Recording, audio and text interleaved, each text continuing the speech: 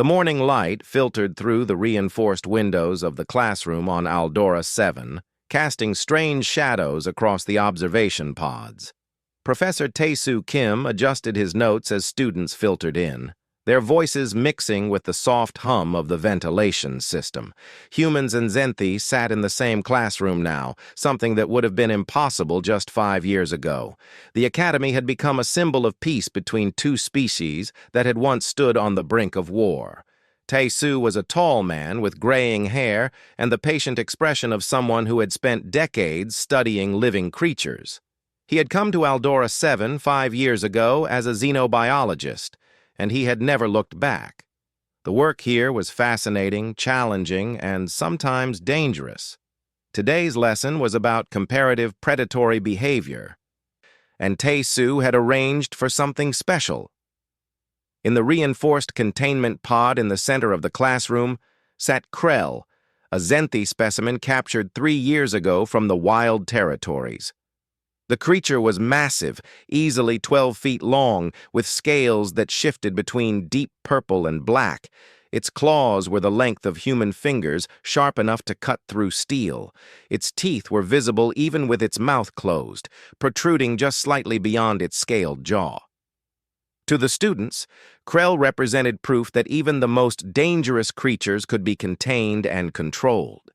To Tae-Soo, the creature represented something else entirely, a puzzle he had been trying to understand since the moment he first saw it.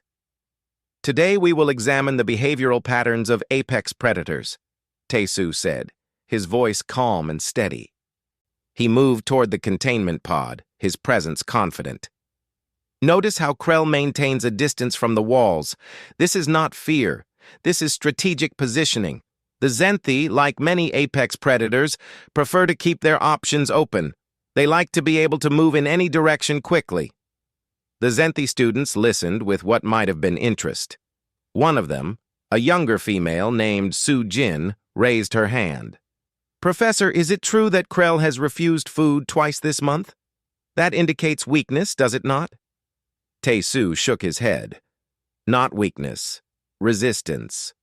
Krell is testing the boundaries of its captivity, testing our commitment to maintaining control.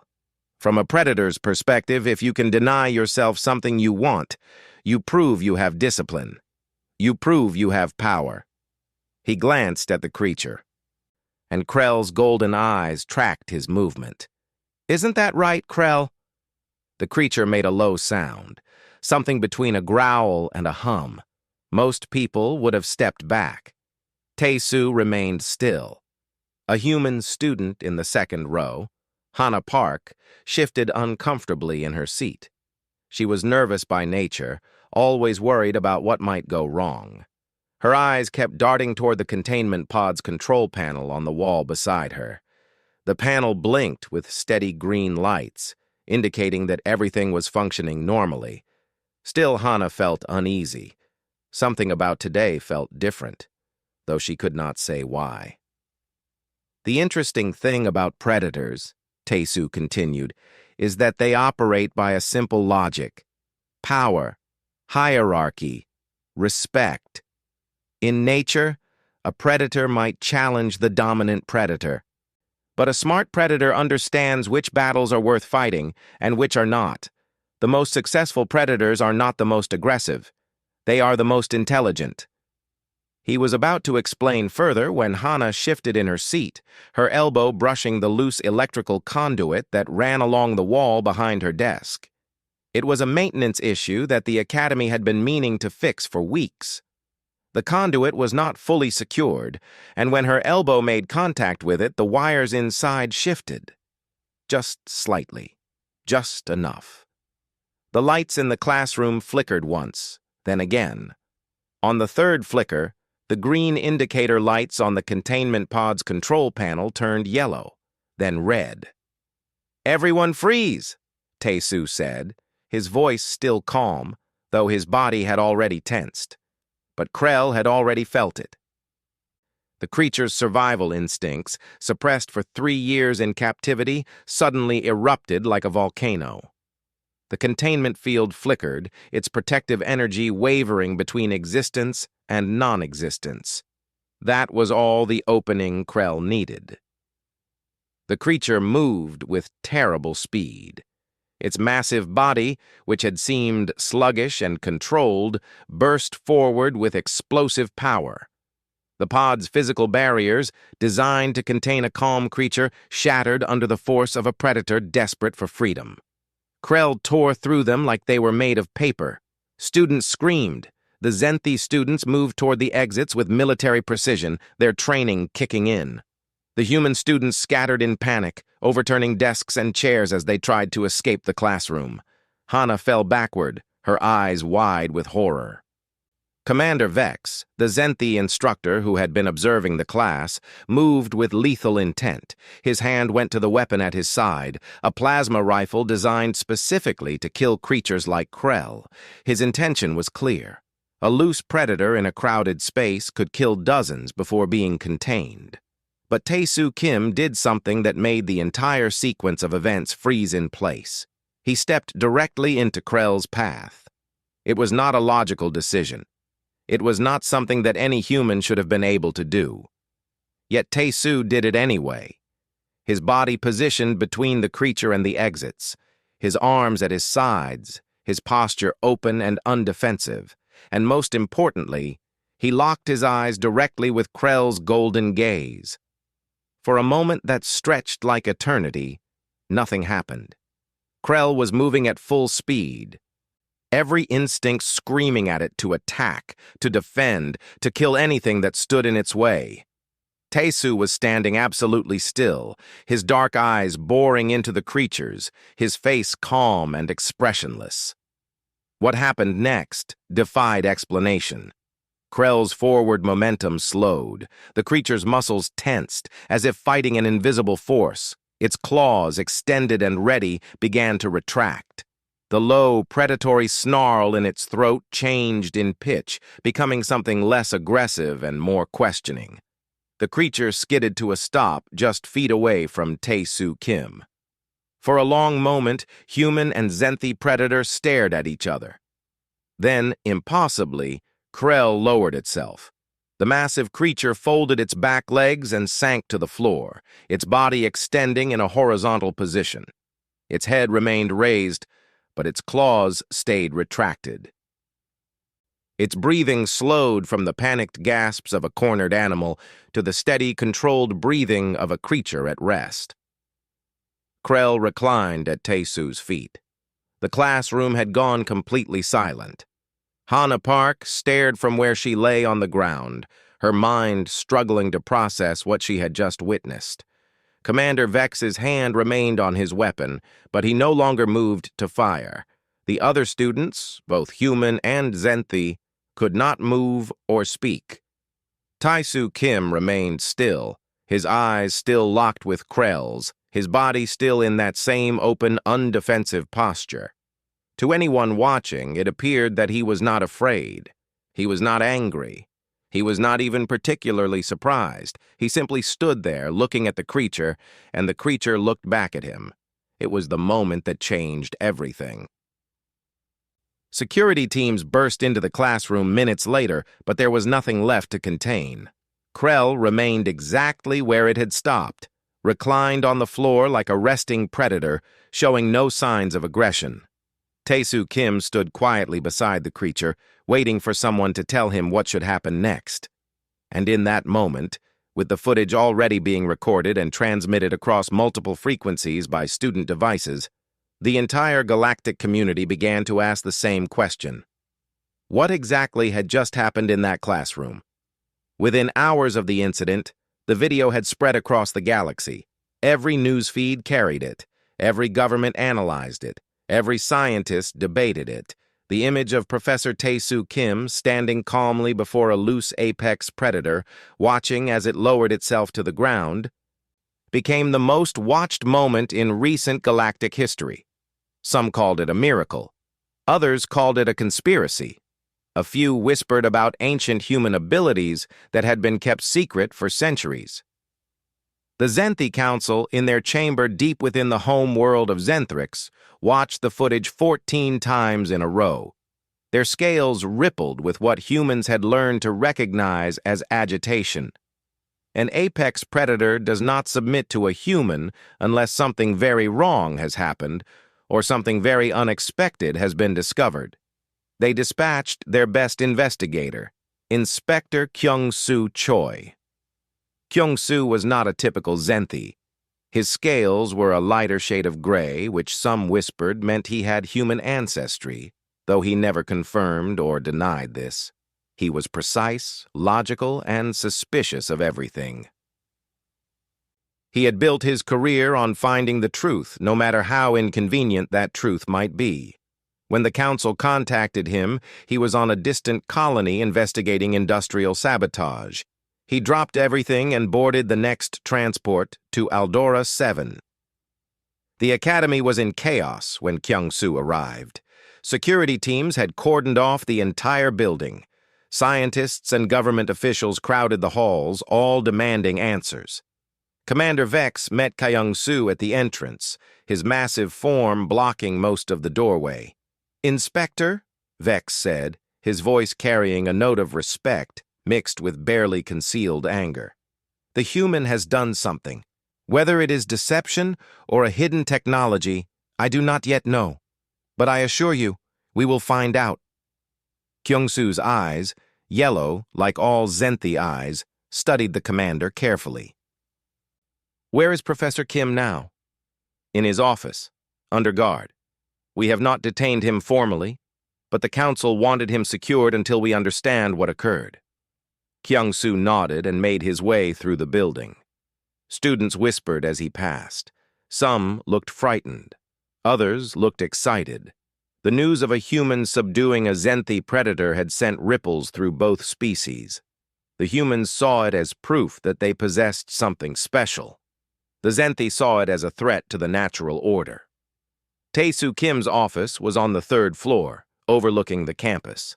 The professor was sitting at his desk, calmly reading through student reports on his data tablet, when Kyung-Soo entered.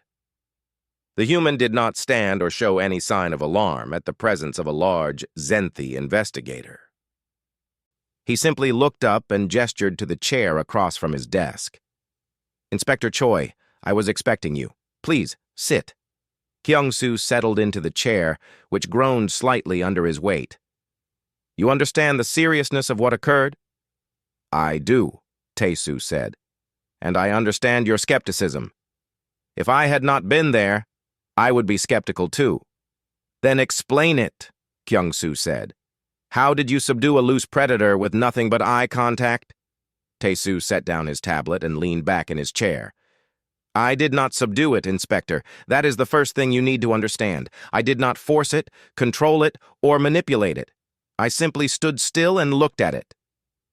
"That is meaningless," Kyung-Soo said flatly. "To you, perhaps," Tae-Soo replied. "But not to Krell. You see, Inspector, predators operate on a specific logic. They understand power, hierarchy, and respect. When a predator encounters something unexpected, it must decide whether that unexpected thing is a threat or not.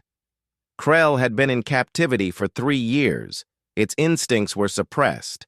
When the containment field failed, those instincts erupted. It was running on pure predatory programming. "Then how did you survive?" Kyung-Soo asked. "Because I did not act like prey," Tae-Soo said simply. Everything in Krell's biology was telling it to attack anything that moved, to kill anything that stood in its way. But I did something different.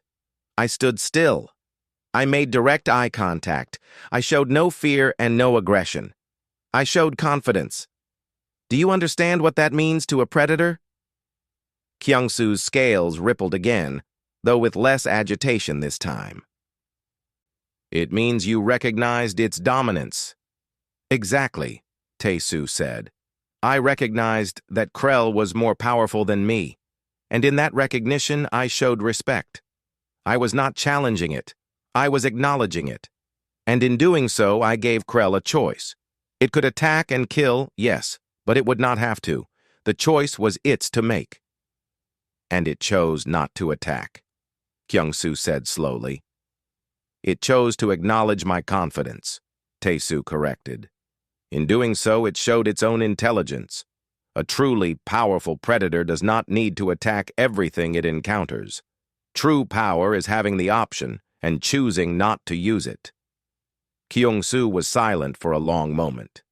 He had been prepared for deception, for lies, for some technological trickery. Instead, he found himself listening to a human explain predatory psychology with an understanding that was not wrong. In fact, it made a certain kind of sense. "I need access to all medical records related to your condition," Kyung-soo said finally. "I need to rule out any genetic or neurological anomalies that might explain this." "Of course," Tae-Soo said. "I have nothing to hide." While Kyung-soo was interviewing Tae-Soo across the academy in the medical wing, another important meeting was taking place. Dr. Yoonji Lee, a human neuroscientist, was examining the detailed scans of Tae-Soo's brain that had been recorded during the incident. She sat in a small laboratory surrounded by holographic displays showing the neural activity of the professor's mind in the moments when he faced Krell. Her colleague, Dr. Min-ho Park, stood beside her staring at the same displays. "This is impossible," Min-ho said, his voice filled with wonder. "Look at this neural synchronization.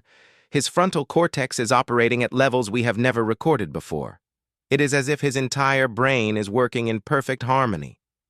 "Not impossible," Yoonji said, her eyes moving across the data. "Different. Humans have a specific neurological architecture that we have not fully appreciated until now. Look at the pattern here." She pointed to a section of the display. "This region of the brain, the one responsible for reading micro-expressions and body language, is firing in a way that suggests it is processing information far faster than we thought possible." "What are you suggesting?" Min-ho asked. "I am suggesting," Yoonji said slowly, "that humans did not evolve to be physically dominant. We evolved to be socially intelligent. We learned to read each other's faces, to understand hierarchies, to navigate complex social situations. And that ability, Professor Tae-Soo just proved, works on predators too." The implications hung in the air between them, unspoken but understood. Humanity had not conquered the Zenthi through strength. They had something else, something that might be even more dangerous. They understood power in a way that went beyond physical might. Inspector Kyung-soo spent the next 3 weeks interviewing Professor Tae-Soo Kim. They met every day in his office, often for hours at a time. The Zenthi investigator came prepared with suspicion, with skepticism, with a dozen different theories about deception and hidden technology. But with each conversation, his certainty began to crack. Tae-Soo spoke about predatory behavior with a knowledge that was both scientific and intuitive. He explained how apex predators in nature did not attack everything they encountered. They chose their battles carefully. They understood risk and reward. They respected other predators that showed no weakness. And most importantly, they recognized intelligence in those they met. "I have studied creatures my entire life," Tae-Soo told Kyung-soo during one of their sessions. "From the smallest insects to the largest beasts. And I have noticed something that all successful predators share. They are not mindless killers. They are thinkers. They calculate. And they respond to confidence the same way that a human might respond to kindness. Confidence in a predator is a language all its own." Kyung-soo was beginning to understand. But understanding did not mean acceptance. The Zenthi had built their entire civilization on the assumption of their species' natural superiority.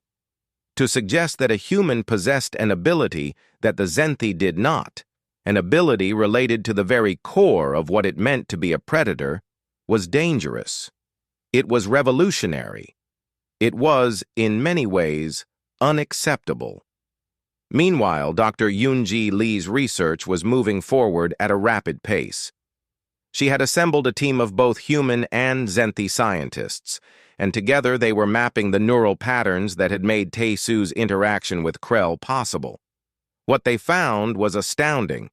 Humans, it turned out, had a unique form of neurology that had developed over millions of years of competing with each other. Unlike the Zenthi, who had very few natural predators and thus never developed the same level of social sophistication, humans had been forced to understand their companions and their rivals at a deep level. They could read a face and know what someone was thinking. They could interpret a gesture and understand a threat before it was made. They could look into another's eyes and recognize their own intelligence reflected back. "It is not telepathy," Yunji explained to the press after her first major breakthrough. "It is something simpler and more profound. It is the ability to read complex social signals at a level that other species have not needed to develop. The Zenthi are powerful predators, yes. But they achieved that power through physical dominance. Humans achieved whatever success we have through intelligence and cooperation. And that intelligence, it seems, can communicate across species lines." The news rippled through the galactic community. Some celebrated it. Humans saw proof that they were not inferior, that they possessed their own form of superiority. Others feared it. The Zenthi Council worried about what this revelation meant for their place in the galaxy. It was Kyung-Soo who made the decision that would change everything. After his final interview with Tae-Soo, the inspector approached the professor with a proposal. "I would like to observe your interaction with Krell," Kyung-Soo said. "Not in a controlled lab setting, in a real environment. I need to understand this for myself." Tae-Soo nodded. "Of course." "When?" "Tomorrow," Kyung-Soo said. "In the evening, when there are fewer people around." The next evening, they went to the secure facility where Krell was being held. The creature had not been aggressive since the incident. In fact, Krell had become unusually docile, almost peaceful.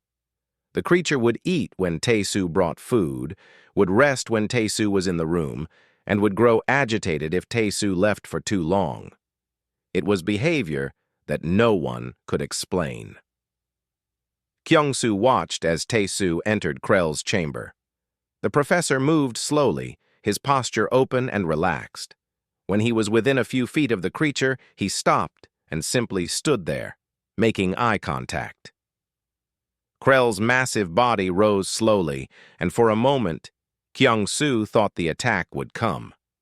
But instead, the creature approached Tae-Soo and lowered its head, almost gently, so that its forehead touched the professor's shoulder. It was a gesture of recognition, of respect, of something that Kyung-Soo could not quite name. "It is not dominance," Tae-Soo said quietly, aware that the inspector was watching. "And it is not submission. It is acknowledgement. Two intelligent beings recognizing each other." Kyung-Soo was silent for a long time. When he finally spoke, his voice was different. It carried less certainty, less aggressive confidence. It carried something else. Doubt. And with that doubt came the beginnings of understanding. "I will report this to the council," Kyung-Soo said finally. "They will not like it, but they deserve to know the truth." Over the next weeks, Kyung-Soo filed his detailed findings with the Zenthi Council. He documented every interview, every observation, every piece of evidence. His conclusion was clear and, for many, devastating. Professor Tae-Soo Kim had done nothing wrong. He had exercised no hidden technology or forbidden ability. He had simply recognized a predator and responded to it with the confidence of an equal. The council's reaction was mixed. Some members praised Kyung-Soo for his thorough investigation. Others were angry, seeing this revelation as a challenge to Zenthi authority. The war generals demanded more research, more testing, more ways to prove that the human's ability was somehow limited or flawed. But Kyung-Soo stood firm. The evidence was clear. And as more and more Zenthi scientists studied the phenomenon, more of them came to the same conclusion. Humans possessed something different, not better necessarily, but different. And in the complex game of predatory dominance, different could sometimes be equivalent to better. In his office, Tae-soo Kim received notification of the council's findings. They had officially recognized his actions as legitimate. There would be no charges, no sanctions, no punishment. Instead, there would be something even more significant. There would be acknowledgement. The Zenthi Council was opening an investigation into human neurology and predatory psychology. They were, in essence, admitting that they had something to learn from a species they had previously considered inferior. It was a small victory, but it was a beginning, and as Kyung-soo watched the reports come in of younger Zenthi applying to human xenobiology programs, as he saw the first proposals for genuine scientific cooperation between the species, he understood that this beginning might lead somewhere unexpected, somewhere that none of them had anticipated. The revelation of human neurological ability spread like fire through the galaxy. Within 3 months, human universities were receiving applications from Zenthi students. Within 6 months, the first joint research facilities were being built. Within a year, the idea of human Zenthi cooperation seemed not just possible, but inevitable. But not everyone was happy about this change. The Zenthi Council had always maintained power through a simple principle: physical superiority. They were stronger, faster, more deadly than any other species in the known galaxy. That superiority had made them the rulers of their domain. The idea that a human possessed abilities that they did not, that in some ways humans were their equal, threatened the very foundation of Zenthi society. War General Thrace was one of the oldest and most powerful members of the council. He had built his career and his authority on the principles of strength and conquest.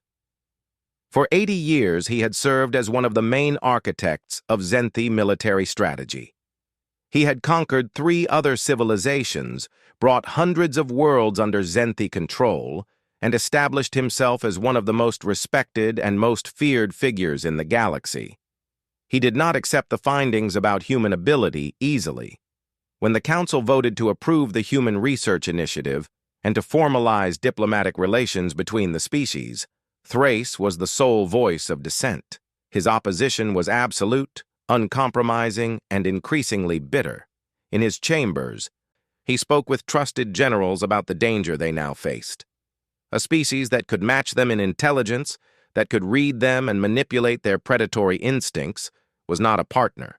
It was a threat. And threats, Thrace believed, had to be eliminated before they grew too strong.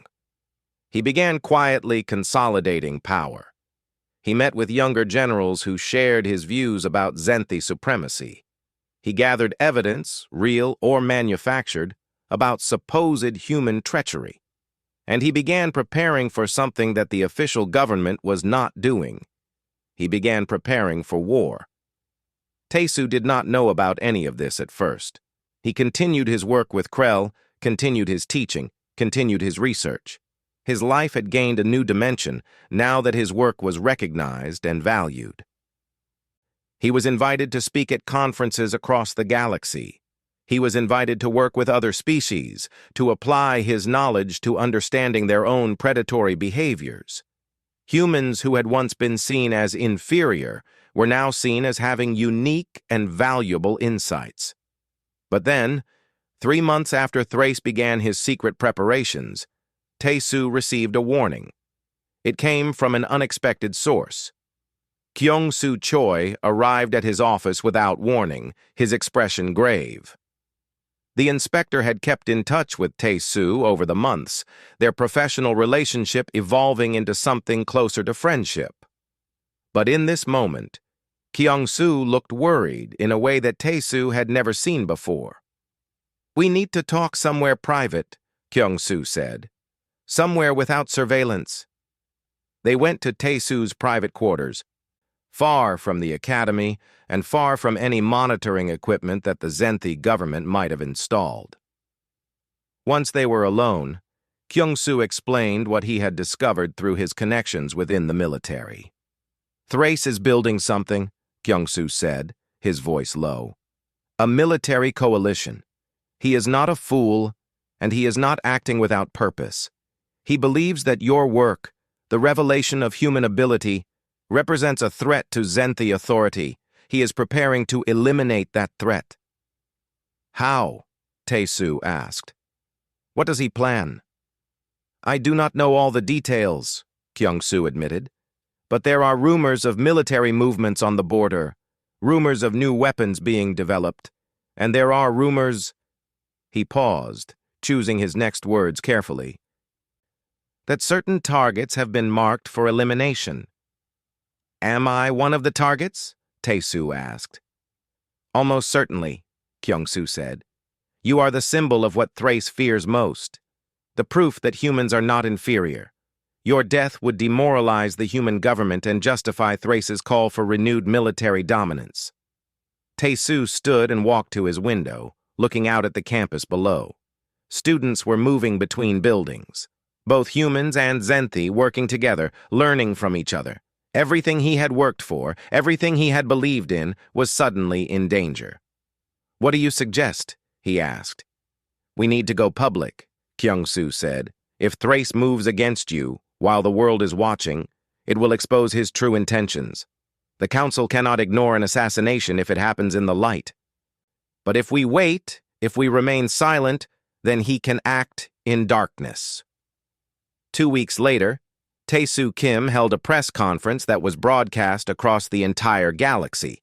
Standing beside him were Kyung-soo, Dr. Yoonji Lee, and Inspector Kyung-soo's team of investigators. They presented evidence of Thrace's military preparations, evidence of his attempts to consolidate power, and evidence of what appeared to be assassination planning. Thrace denied everything, of course, but the damage was done. The revelation that he was preparing for war against humans, that he was willing to start a conflict that could destroy the fragile peace between species, turned much of the Zenthi population against him. Even many of his own generals began to distance themselves, but Thrace was too deep into his plans to stop.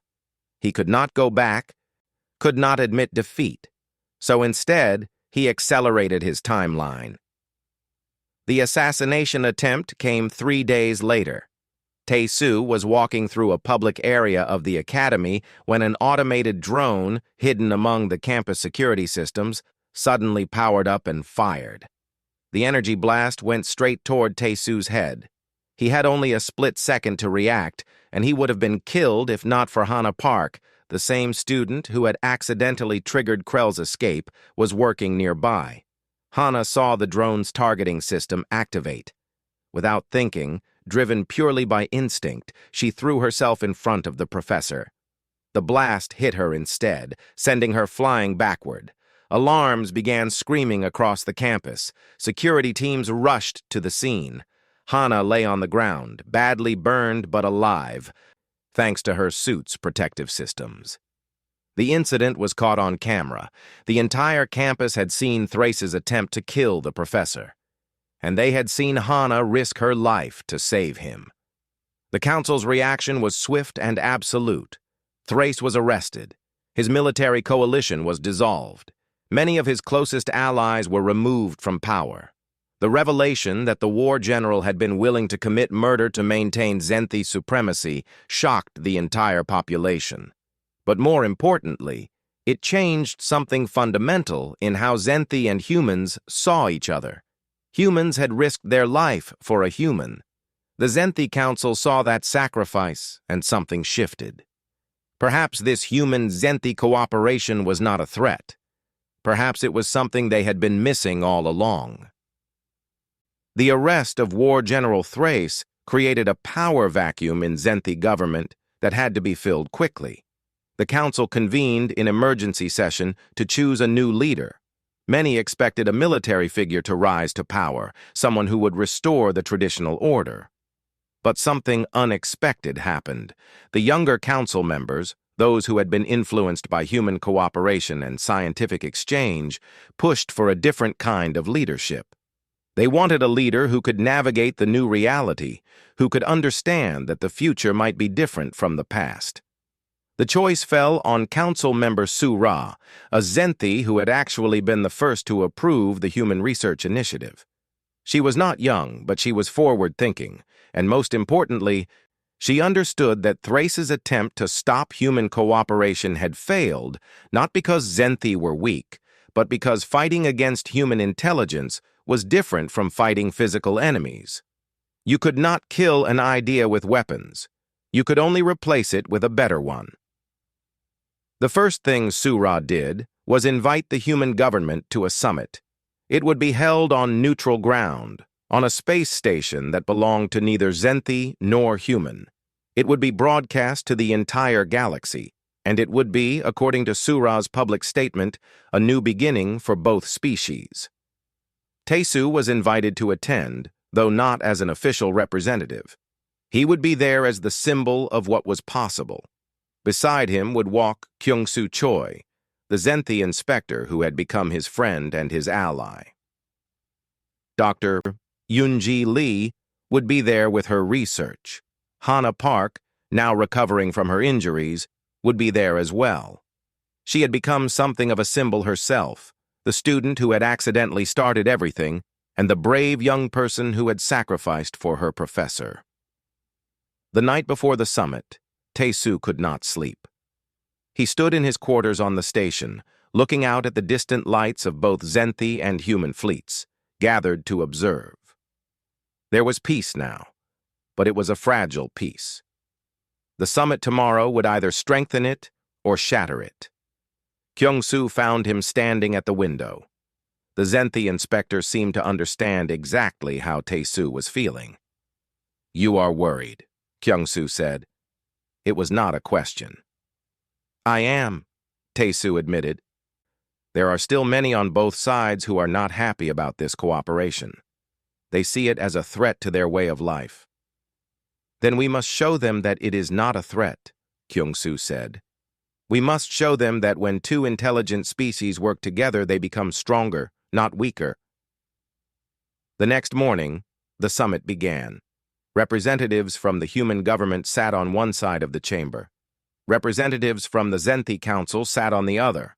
Scientists, military leaders, diplomats, and journalists filled the observation decks. Council member Su-Ra opened with a speech that acknowledged the mistakes of the past. She spoke of Thrace's betrayal, of his attempt to stop progress through violence. She spoke of how the Zenthi had always believed themselves supreme, and how that belief had made them blind to the strengths of other species. She did not apologize exactly, but she recognized the truth, and she proposed a new path forward. "We do not need to diminish ourselves to accept the value of others," Su-Ra said to the chamber. "We are strong. We are powerful. These things are true. But we are not the only intelligent beings in this galaxy. And by refusing to acknowledge the intelligence of others, we have limited our own potential. Today, I propose that we change that. Today, I propose a new kind of partnership." The human representative, Secretary Lin, stood and responded. She echoed Su-Ra's sentiment. Humans did not need to claim superiority to have value. They simply needed to be recognized for what they were. A species with different strengths, different abilities, different ways of understanding the universe, and those differences, if respected, could create something greater than either species could achieve alone. The words were good. The sentiment was right. But words and sentiment could only do so much. What changed the dynamic, what made the summit historic, was what happened when Tae-Soo Kim stood to speak. The professor had not been scheduled to speak. But Su-Ra had cleared it with the human government, and Tae-Soo had agreed to say a few words. He stood slowly and walked to the center of the chamber. Behind him, the massive doors opened, and Krell was brought in. The creature entered the chamber on its own, moving slowly and with clear intention. It was an unprecedented moment. A Zenthi predator. A wild creature that had once been considered nothing but an animal to be contained and controlled was now walking freely in the most important diplomatic gathering the galaxy had ever seen. When Krell was in the center of the chamber, beside Tae-Su, the creature stopped and waited. Tae-Su looked out at the gathered assembly, both Zenthi and human, and began to speak. His words were simple, but they carried weight. For a long time, Tae-Su said, we have looked at dominance as something that requires destruction. We have believed that being strong means making others weak, that being in power means keeping others from having it, that intelligence is a weapon to be used against those we consider inferior. But that is not the only way to see power. There is another way. It is a way that my species learned a long time ago, when we lived on a world that was dangerous and unpredictable. We learned that the strongest creatures are not always the most aggressive. We learned that intelligence is more powerful than strength. And we learned that true dominance is not about making others submit. It is about understanding them so deeply that cooperation becomes inevitable. He paused and looked at Krell. The creature's golden eyes were fixed on him, steady and calm. You see a predator here? Tae-Su continued, gesturing to Krell. You see a dangerous animal that has been tamed. But that is not what this is. This creature has not been tamed. It has chosen. It has chosen to trust, to cooperate, to be part of something greater than its own survival. And it chose that not because it was forced, but because it recognized intelligence looking back at it. It recognized a mind that understood it, and in that understanding, it found respect. Tae-Su turned to face the Zenthi section of the chamber, where Sura and the other council members sat. The Zenthi are great, he said. Your strength is real, your power is real. But you are greatest, not when you use that power to dominate, but when you use it to build. Not when you destroy what is different, but when you learn from it. That is true strength. That is true power. Then he turned to face the human section. And we humans, he said, are intelligent. We are clever. We can read and understand those around us. But these abilities are not weapons. They are tools for understanding, for cooperation, for finding common ground. They are greatest not when we use them to manipulate others, but when we use them to serve others. When we use them to build bridges instead of walls. Krell lowered itself to the ground beside Tae-Su, the same way it had that first day in the classroom. And as the entire galaxy watched through broadcast feeds, the human professor and the Zenthi predator stood together. Not as conqueror and conquered, not as superior and inferior, but as equals, as partners, as proof that different did not mean less. It meant other, and other, when understood correctly, could be beautiful. The chamber erupted in sound. Both species, together, rose in acknowledgement. It was not simple agreement. It was recognition. Recognition that something had changed, not just in the room, but in the entire galaxy. The age of simple dominance was ending. The age of intelligent cooperation was beginning. And at the center of it all stood a human and a predator, looking at each other with the kind of respect that transcended species, transcended evolution, transcended everything except the recognition of one intelligent being seeing the intelligence in another.